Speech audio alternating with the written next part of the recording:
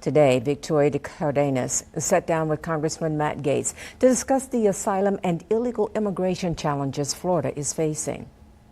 In Washington, people are always talking about the U.S.-Mexico border, but in a lot of ways, what we see here in Florida is the forgotten invasion. Florida Congressman Matt Gaetz took to the skies with the U.S. Coast Guard Tuesday morning to get a better understanding of the migrant crisis in Florida's coastal waters. We are weak in the Florida Straits. We are weak with the Bimini passageways just by virtue of our geography. Over the winter, when the seas are relatively calm, the Florida Keys were inundated with undocumented migrants.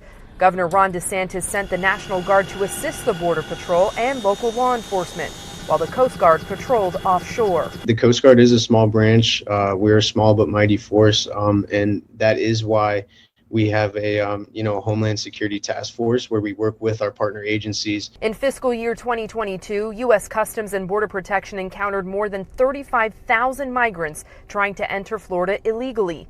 In 2023, that number is already over 135,000, up nearly 300%. The answer to illegal immigration isn't just to open the floodgates to seemingly limitless legal immigration. The answer is to have strong borders. The Coast Guard has been upholding its mission, and it has been interdicting migrants and keeping these migrants safe at sea. U.S. Customs and Border Protection did not do an interview for the story, but in a statement, they are enforcing immigration laws and turning violators over to immigration authorities. And while the Coast Guard reports they have seen a sharp decrease in migrant vessels as the storm season arrives, Congressman Gaetz says more needs to be done. The problem is that we don't yet have Department of Defense assets to be able to really integrate not only the intelligence that we gather, but the deterrence.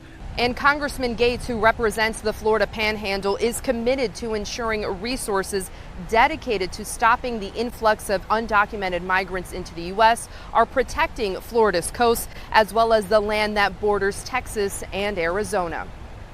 In Opelika, Florida, I'm Victoria de Cardenas reporting for the National Desk, America's News Now.